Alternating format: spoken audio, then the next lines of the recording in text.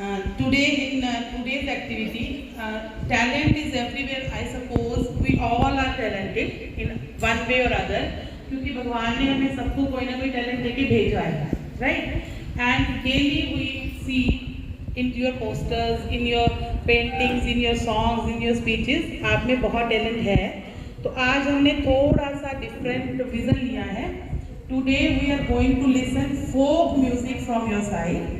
Ma'am से discuss करके हमने ये फील्ड इसलिए चूज किया था कि मैं और हम सब टीचर्स ये देखना चाहते हैं कि हम अपनी जड़ों से कितना जुड़े हुए हैं. We all love music, right? आजकल हम सारे पेन ड्राइव पे सॉन्ग सुनते हैं, गाड़ी में आते हैं तो सॉन्ग्स चला के आते हैं, रात को नींद भी हमें सॉन्ग सुन के आती है ना. बट वो सॉन्ग्स और जो हमारे एंशियंट टाइम से जिनको फोक म्यूज़िक बोलते हैं, फोक म्यूज़िक वो म्यूज़िक होता है जिसको कहीं भी स्पेशली पोइट या वो नहीं लिखता, वो लोगों के द्वारा ही एक दूसरे तक ट्रांसफर होते जाते हैं. तो उसको हम बोलते हैं मदर्स को. प्लीज़ जल्दी से सेटल डाउन हो जाएंगे. और लोक कहानियाँ जो हैं वो हमारे कल्चर का एक पार्ट है. आप आज देखो टीचर्स भी हमने कोशिश करी है कि थोड़ा थोड़ा हम अपनी स्टेट का कुछ इस तरह का फोक जो हम देखते हैं उसको प्रेजेंट भी करें, है ना. बिपिन मैम को देख के आपको हिमाचल वाली फीलिंग आ रही है ना, दमयंती मैम को देख के भी, है ना. तो दैट मीन्स आज का हमारा पर्पस है कि हम अपनी जड़ों से कितना जुड़े हुए हैं. क्योंकि ये ना हो कि हम म्यूजिक तो पसंद करते हैं, हमें BTS का तो पता हो कि वो कोरियन ब्रांड है, राइट? हमें ये पता हो कि अदनान सामी कौन है, ये कौन है, पर हमें ये ना पता हो कि जब मैं पैदा हुआ तो मेरी दादी के दिमाग में कौन सा गाना आया था. क्योंकि दादी ने BTS नहीं सुना, दादी कुमार शानू को शायद नहीं जानती, पर उसको ये पता है कि आज मेरे पोते का जन्म हुआ है, मेरी पोती का जन्म हुआ है, तो मैंने कौन सा गीत गाना है. ठीक है, हमारा देश एक ऐसा देश है जिसमें जन्म से इवन आप ये कह सकते हो मरण तक गाने हैं, है ना. जो पुरानी लेडीज है, मतलब डोंट फील इट बैड, वो पुरानी लेडीज जब रोती है ना किसी के मरने पे, वो भी गाना सा गा के रोती हैं और हमें समझ नहीं आता. But the thing is that is also the part of our culture. ठीक है, आपने कभी पुराने लोगों में हमने डिप्रेशन वर्ड सुना था कभी? उनको स्ट्रेस होता था कभी?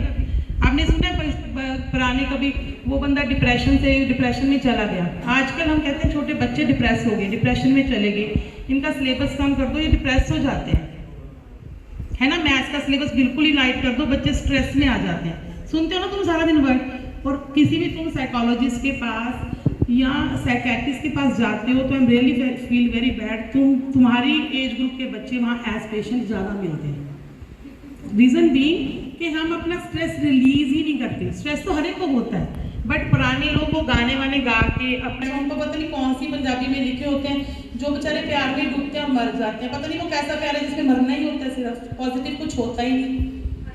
ठीक है, तो आज का पर्पस है हमें अपना जो बेसिक म्यूजिक है, जो हमें खुशी देता है, हमारी फीलिंग्स को एक्सप्रेस करता है, हमें उससे जुड़ना है. ठीक है. And the second thing is हमारा आज का जो मेन थीम है दैट इज अहिंसा परमो धर्मा. बिकॉज अक्टूबर चल रहा है, गांधी जी का बर्थडे हमने सेलिब्रेट किया है, तो उसी चीज़ को फॉलो करते हुए जो सेकेंड हमारा थीम है वो है अहिंसा परमो धर्मा. Non violence is the need of the hour. ठीक है, आज अहिंसा जो है वो समय की ज़रूरत है. और वो भी आपके लिए टॉपिक रखने का पर्पस सिर्फ ये है, देखो अहिंसावादी सिर्फ गांधी जी नहीं थे. मतलब मैं और आज की मोस्टली जनरेशन हम ये नहीं मानते कि सिर्फ गांधी जी, ठीक है, मतलब मेरा इसमें किसी I am not related to some class जो गांधी जी को नहीं मानती, मैं मानती हूँ. बट मैं ये भी नहीं मानती कि भगत सिंह आतंकवादी था. He was not the extremist. एक अपनी बात को पहुँचाने का तरीका होता है.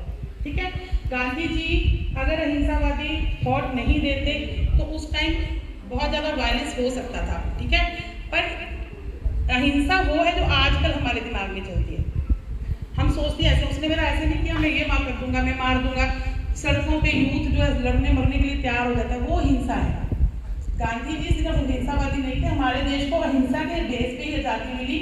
इवन भगत सिंह अपने आप को दुख देना, जेलों में सड़ना, बर्फ की सीढ़ियों के ऊपर पड़े रहना, वो भी अहिंसा ही है. वो हिंसा नहीं थी. उन्होंने तो नहीं कभी ये सोचा कि ये अंग्रेज हमें आज़ादी नहीं दे रहे, हम इनको मार दें. उन्होंने अपनी बात उन तक हर तरीके से पहुंचानी चाहिए. जब नहीं सुनते तो फिर बम फोड़ा ना असेंबली में. ठीक है, तो वो सभी अहिंसा के पुजारी थे. चाहे वो भगत सिंह है, चाहे गांधी जी थे, पर आज जो लड़ाई यूक्रेन और रशिया में चल रही है वो किस चीज़ की है? ईगो की। वो हिंसा है जो हमारे दिमाग में चलती है, वो हिंसा है। गाड़ी मेरी जगह पे रोड पे 10 जगह पार्क होगी, पुलिस वाले ने रूल के लिए रोका, हम मरने को तैयार हो जाते हैं, ऐसे कैसे कर दिया? वो हिंसा है जो हमारे दिमाग में आज चलती है।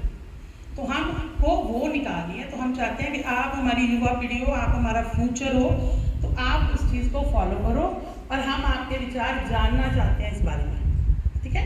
तो इसलिए आज के हमारे टॉपिक है फोक म्यूजिक एंड अहिंसा परमो धर्म। Ma'am, with your permission can I start our first part here.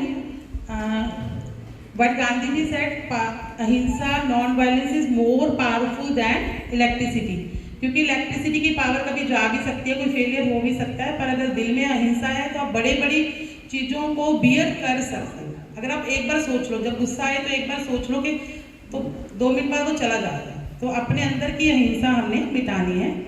मैंने एक थॉट पढ़ा था कहीं, I just want to share it with you. वो कहते हैं संगीत एक ऐसी चीज़ है जिसे आप छू नहीं सकती, क्योंकि संगीत चीज़ है ही नहीं, भावना है, बट वो तुम्हारी आत्मा तक को छू सकता है।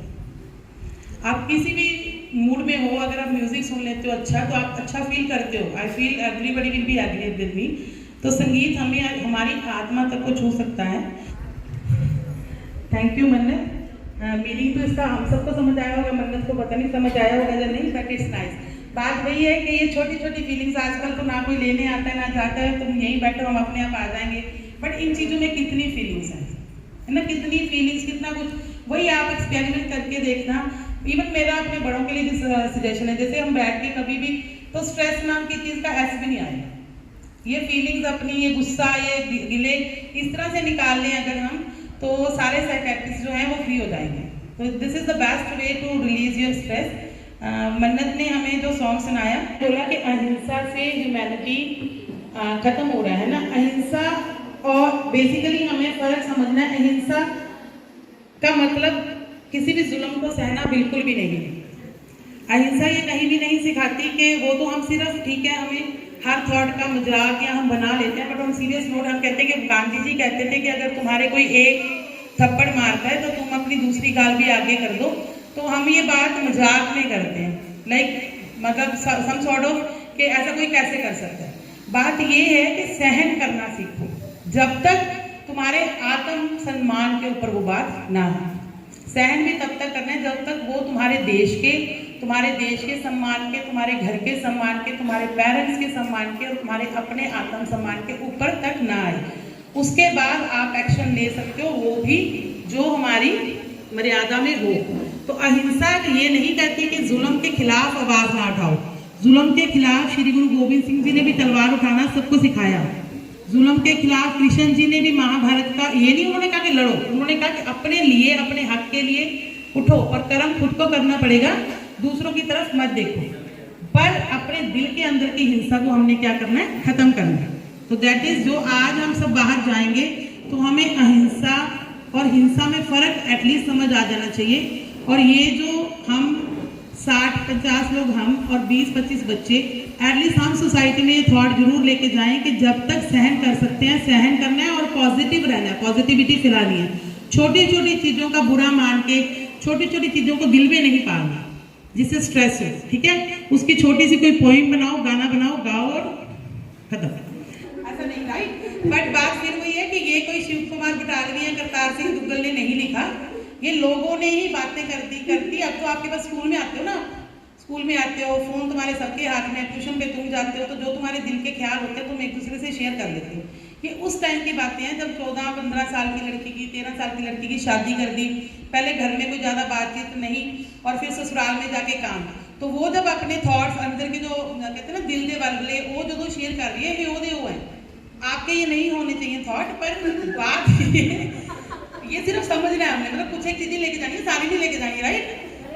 फिर जल्दी आ जाओ, देर मेरा गुत्त पट कर गाना है ना। बात वही है कि आपको ये जरिया है ना, मजा आ रहा है। अभी टीचर्स देखना तुमसे नंबर मारेंगे, टीचर्स अपने अपने लोग थोड़े से इख्तियार कर लो लोकगीत। सुनीता देवी मैम कहाँ है? छुपा रुस्तम आज हम बाहर निकाल देंगे। नाइस है इनकी स्पीच में एक लाइन उन्होंने बोली अंजलि ने, कि non violence is being harmless to society as well as yourself. And one of the best definition of non-violence. Non-violence is not only being harmless for others. दूसरे को हार्म पहुंचाना तो non-violence है, ये अपने आप को भी हार्म ना पहुंचाना. Like suicidal tendencies जो हैं, जो अपने आप को नुकसान पहुंचाता है, वो भी क्या है? हिंसा है. और गलत काम हर तरह से गलत होता है, चाहे वो धर्म के नाम पे किया जाए. बलि देना या ये सब पुरानी रवायतें हमने सुनी है ना, बट आजकल हम लेटेस्ट न्यूज सुन रहे हैं. अभी हम स्टाफों में भी डिस्कस कर रहे थे. In Kerala there is one incident comes up of human sacrifice. That is nothing like human sacrifice. It is done by the people, the person of evil mind, जो जिसको हम कहते हैं ना सिक माइंड पीपल जो है, वो कुछ इस तरह की हरकतें करते हैं. फिर वो अपनी हरकतों को रिलीजन के नाम पे, सोशल रिचुअल्स के नाम पे छुपाते हैं. गलत काम हर तरीके से गलत होता है, वो किसी भी नाम पे किया जाए, चाहे वो धर्म के नाम पे किया जाता है. हम किसी धर्म के खिलाफ या हक में नहीं, पर किसी भी जानवर को, किसी इंसान को, चाहे वो बच्चा है, वो जेंट्स हैं, लेडीज हैं, नुकसान पहुंचाना किसी भी तरह से मान्य नहीं हो सकता. गलत गलत होता है, हर तरह से गलत होता है, हर कॉन्टेक्स्ट में गलत ही होता है. हम उसको जस्टिफाई नहीं कर सकते. ह्यूमन मैंने कहीं पढ़ा था, हो सकता है मैं गलत भी हूँ, मतलब कि जो भगवान श्री राम थे, जब उन्होंने यज्ञ किया था बहुत बड़ा, तो उस टाइम तक भी बलि देने का या कुछ इस तरह से वो चलता था. तो उन्होंने कहा कि ये मेरा यज्ञ मैं बिल्कुल भी नहीं करूँगा, चाहे मैं इससे विश्व जो भी मतलब सबसे बड़ा राजा बनूंगा, अगर जानवर की इसमें बलि दी जाएगी. तो उन्होंने फिर नारियल जो हम चढ़ाते हैं या नारियल तोड़ते हैं, नारियल के ऊपर आप देखो कि वो आइज वाला, वो मतलब it is a symbol for that human sacrifice, कि कभी भी भगवान इंसान या किसी जानवर की बलि नहीं दी जाएगी. तो हम उस कस्टम को खत्म करते हुए आज हम हर अच्छे काम से पहले जो शुभ शगुन करते हैं, हम नारियल तोड़ते हैं.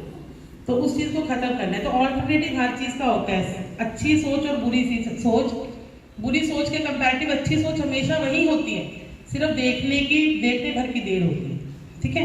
A senior student, I think Palakshi has totally understood what was our today's thought, that prove that non-violence is the need of the hour.